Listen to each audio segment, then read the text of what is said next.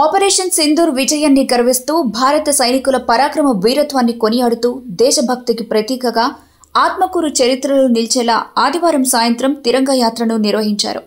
తిరంగా యాత్రను రాష్ట్ర దేవాదాయ శాఖ మంత్రి ఆనం రామనారాయణ రెడ్డి జెండా ఊపి ప్రారంభించారు. భారతదేశం కోసం ప్రాణాలర్పించిన యుద్ధ వీరుడు మురళీ నాయక్, పహల్గాం ఉగ్రవాదుల దాడిలో ప్రాణాలు కోల్పోయిన రాష్ట్రానికి చెందిన మధుసూదన్ రావు, చంద్రమౌళి అమర్ రహే అంటూ భావోద్వేగంతో జోహార్లు అర్పిస్తూ మంత్రి ఆనం రామనారాయణ రెడ్డి తిరంగా యాత్రలో ముందుకు కదిలారు.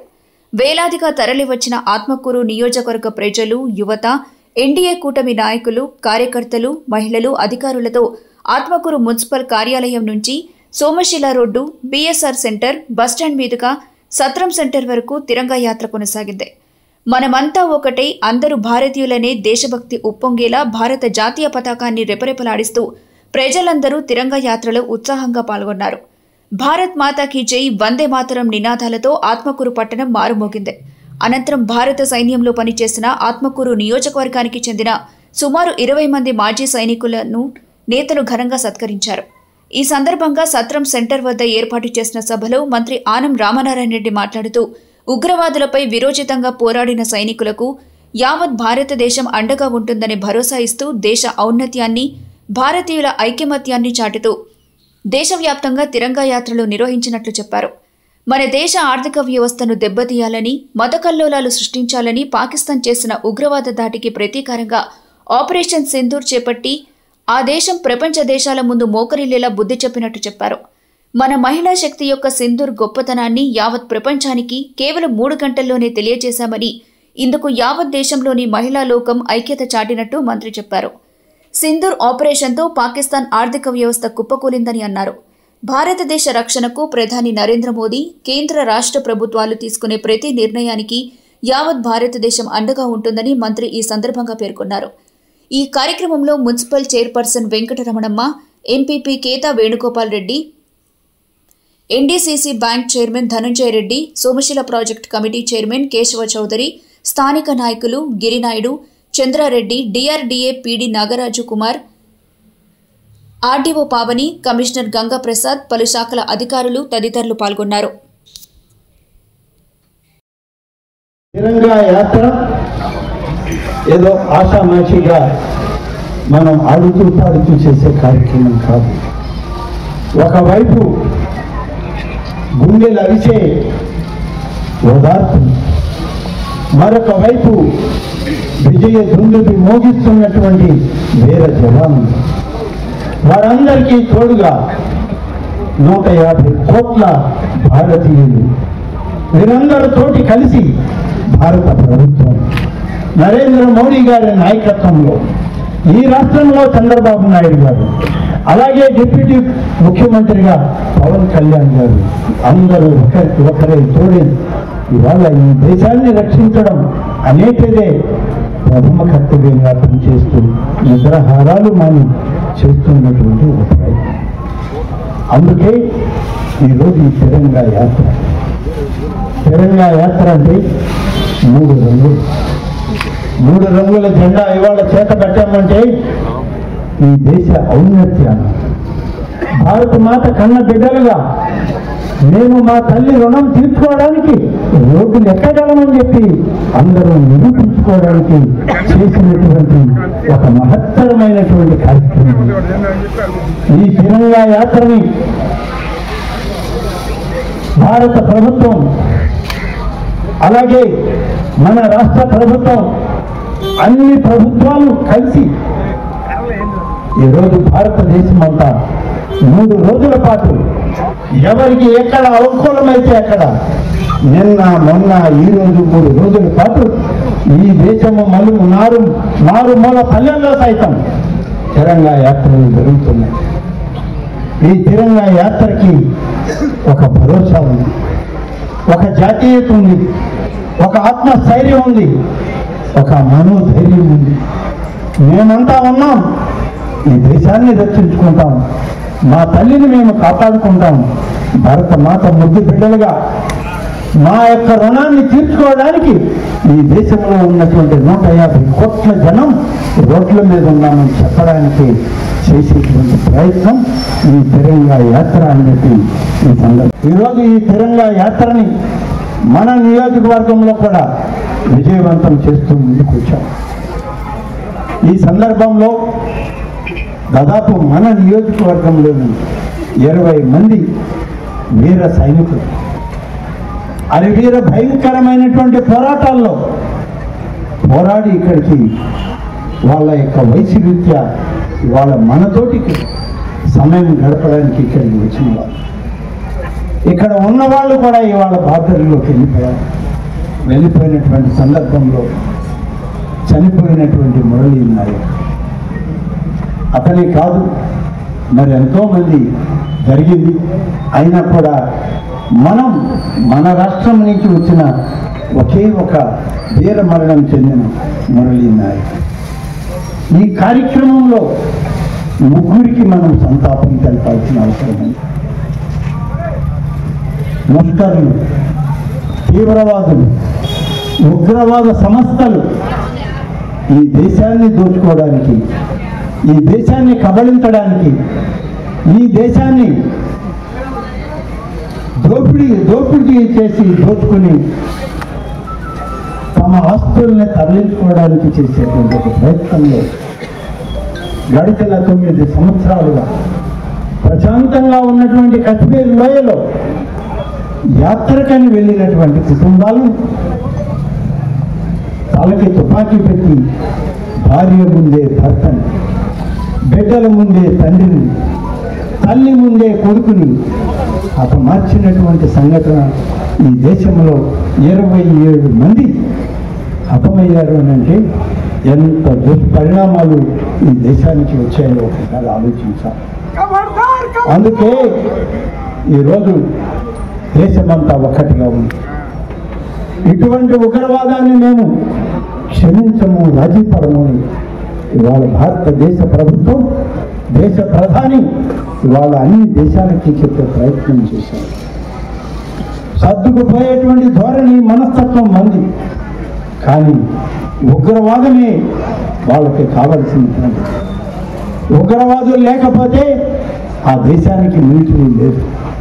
ఉగ్రవాదులు లేకపోతే ఆ దేశ మిలిటరీకి, ఆ దేశానికి ప్రభుత్వం లేదు, రాజకీయ నాయకులు లేదు. ఉగ్రవాదుల వల్లనే అక్కడ మిలిటరీ పరిపాలన, ఉగ్రవాదుల సహకారంతోనే ఆ దేశ ప్రభుత్వాలు ఇవాళ పరిపాలిస్తున్నాయి. అంటే ఉగ్రవాదం లేకపోతే ఆ దేశానికి మనుగడే లేదు. మళ్ళీ అన్నార్తులై భారతదేశానికి రావాల్సింది. ఇది అక్కడి పరిస్థితి. అప్పులు లేదు, దొరికే పరిస్థితి లేదు, తినడానికి తిండి లేదు, తాగడానికి నీళ్లు లేవు. సింధు జలాలను 3 రోజులు ఆపితే మేము అన్యాయం అయిపోయాం, కరువు బారిన పడ్డాం, మమ్మల్ని ఆదుకోడిని గుక్కడి నీళ్లు పొందేని అడిగే పరిస్థితి.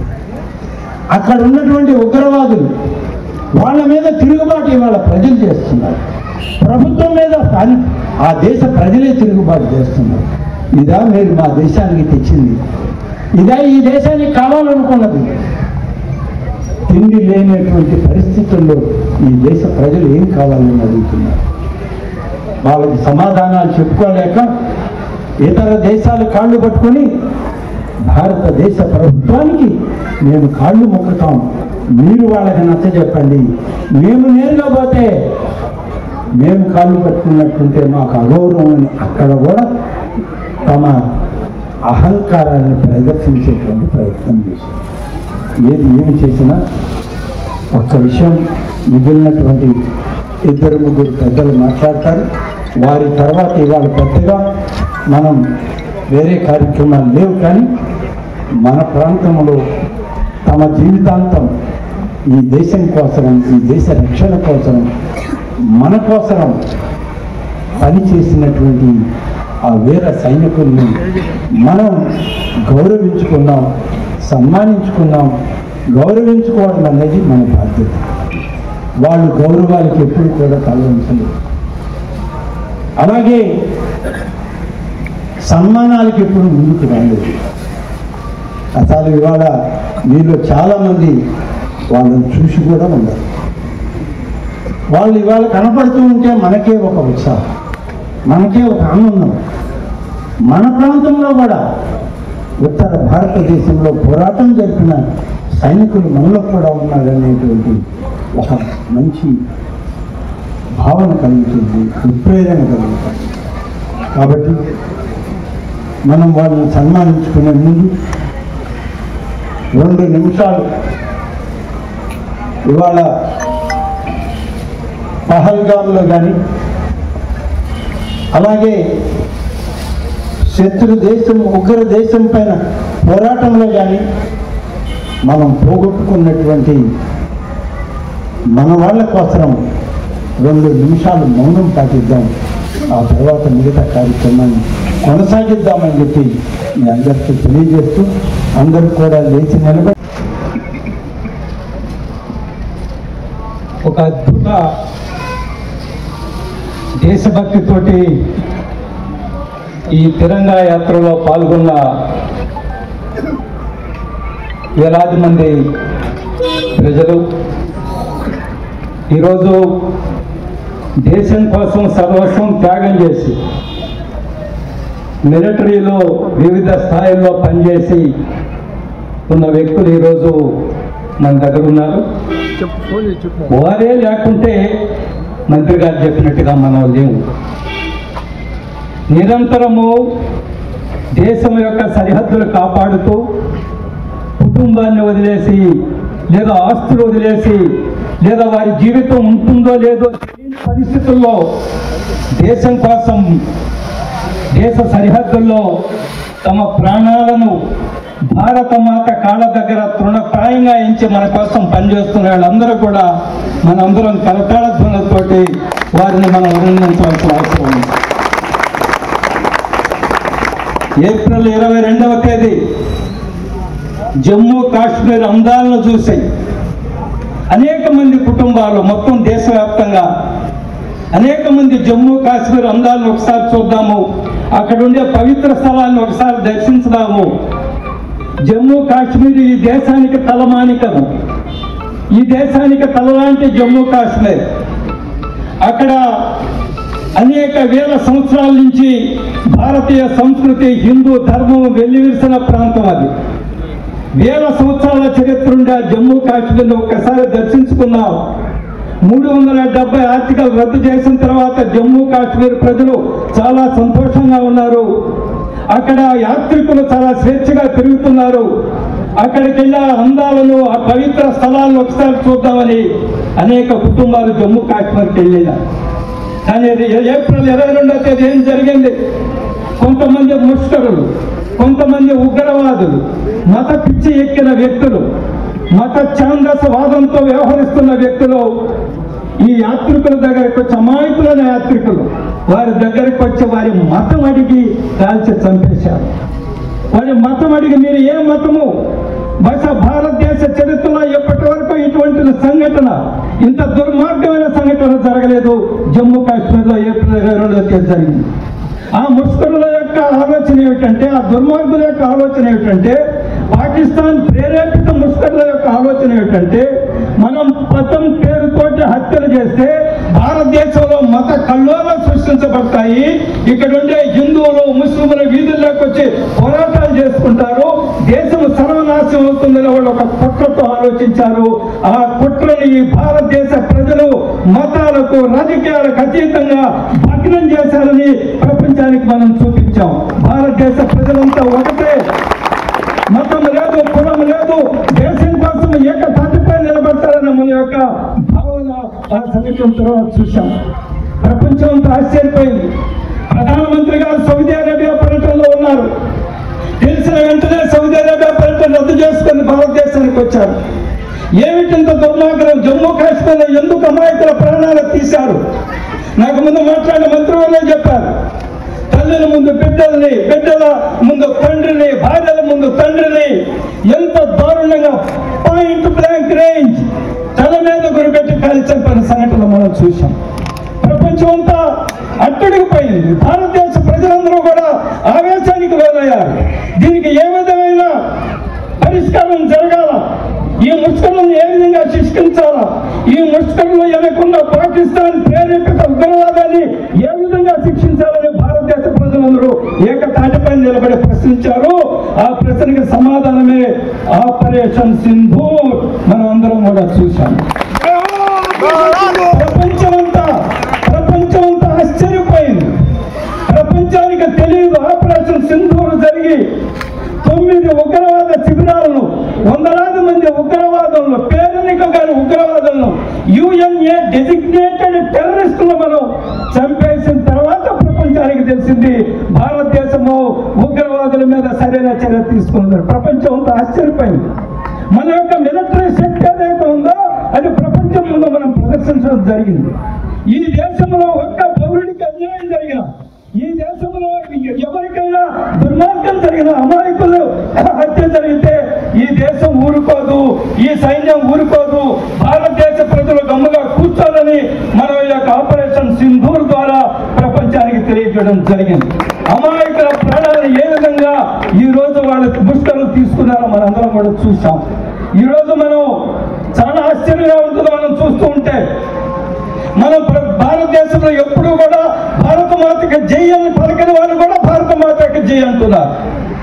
వందే మాతరం ఎప్పుడు పలకని వాళ్ళు కూడా, అక్బరుద్దీన్ ఓవైసీ లాంటి వాళ్ళు కూడా, కేంద్ర ప్రభుత్వం బీజేపీ వ్యతిరేకమైన ఆయన చాలా స్పష్టంగా పాకిస్తాన్ యొక్క దుర్మార్గపు చర్యలను ఖండించారు.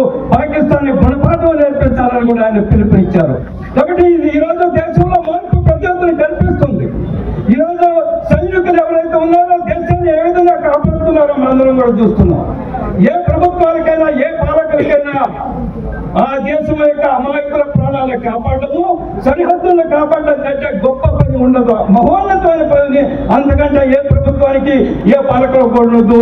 ఆ మహోన్నతమైన పనిని మన నరేంద్ర మోడీ గారు ప్రధానమంత్రి నాయకత్వంలో నిరంతరం జరుగుతున్న విషయం మనం కూడా అర్థం చేసుకోవాల్సి ఉంది.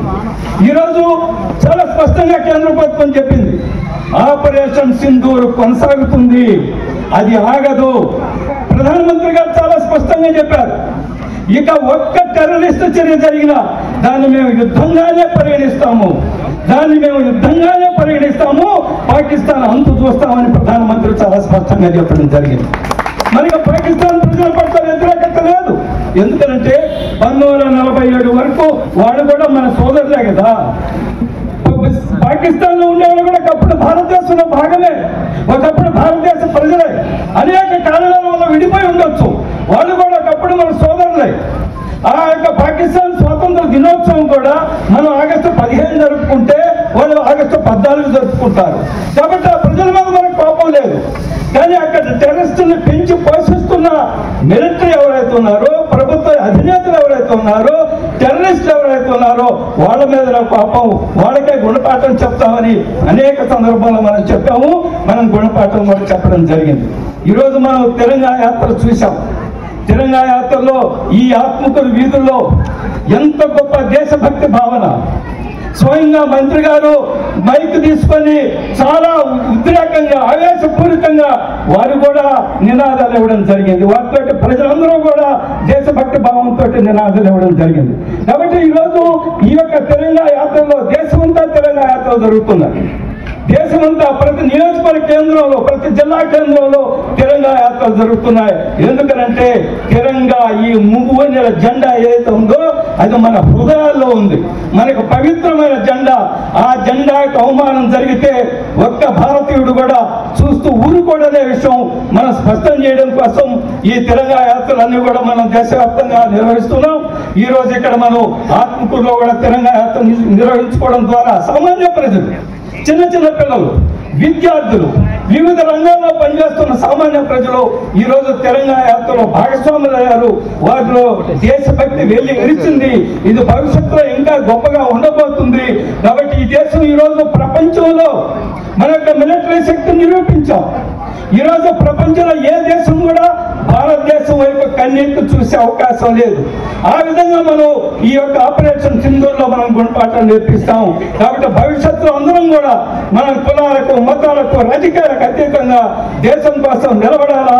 ప్రధానమంత్రి గారు, అదేవిధంగా ఆంధ్రప్రదేశ్ ముఖ్యమంత్రి గారు ఇచ్చే పిలుపులన్నింటినీ కూడా మనం స్పందించి కులాలకు మతాలకు అతీతంగా నిలబడాలని మీ అందరినీ కోరుకుంటూ ఈ సందర్భంగా మీరు పెద్ద ఎత్తున ఈ తిరంగా యాత్రలో పాల్గొన్న వాళ్ళందరూ కూడా నేను నా హృదయపూర్వక ధన్యవాదాలు. సింధూర్తో ఇవాళ ఉగ్రవాదులను తరిమి కొడుతున్నారని ప్రపంచ దేశాలన్నీ నిద్ర లేచేటప్పటికీ పూర్తి స్థాయిలో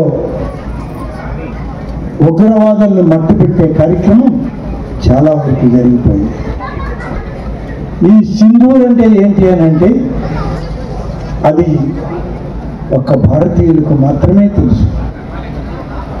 భారతీయులందరూ సింధూర్ను గౌరవించినంత మరి ఇంకా దేన్ని గౌరవించారు. భారతీయ మహిళలు మరీ ఎక్కువగా మతాలకి కులాలకి జాతులకి సంబంధం లేకుండా సింధూర్ని నుదిటి దిద్దుకొని శుభకార్యాలు చేయడానికి ముందుకు వస్తారు. అదే సింధూర్. ఆ సింధూర్ని తుడిచి వేసినటువంటి సందర్భాన్ని గుర్తు చేసుకొని భారతదేశంలో ఉన్నటువంటి యావత్ మంది మహిళలు మా సింధూర్ని తాగుతావా నువ్వు అని చెప్పి ఆపరేషన్ సింధూర్కి మద్దతుగా నిలబడ్డది ఈ దేశ మహిళ ఖ్యాతి అని చెప్పి నేను చేస్తున్నాను. అది ఈ దేశ ఔన్నత్యం. భారతదేశంలో ఏదో సైనిక పోరాటం ఉగ్రవాదులను తరిమి కొట్టడం కాదు. సింధూర్ అనేటువంటి ఆ యొక్క విలువ అది భారతీయులకు మాత్రమే తెలుసు. కాబట్టి ఈ దేశంలో పుట్టి పెరిగినటువంటి ప్రతి మహిళ ఈ ఆపరేషన్ సింధూర్ జరగాలి. ఈ సింధూర్కి మేము తోడుగా ఉంటాం. మా నుదుటి బొట్టును తాకినటువంటి ఏ ఒక్కరూ ఈ దేశ సరిహద్దుల్లో కూడా రాకుండా పోవాలని ఒక బలమైనటువంటి సంకల్పాన్ని ఇవాళ భారతదేశ రక్షక దళాలు ఇవాళ పూర్తి చేశాయని చెప్పి నేను ఈ సందర్భంగా మనం చేస్తున్నాం. ఇవాళ మనం చూస్తే మొట్టమొదటి ఉగ్రవాద స్థావరాన్ని కొట్టింది ఈ దేశ మహిళ.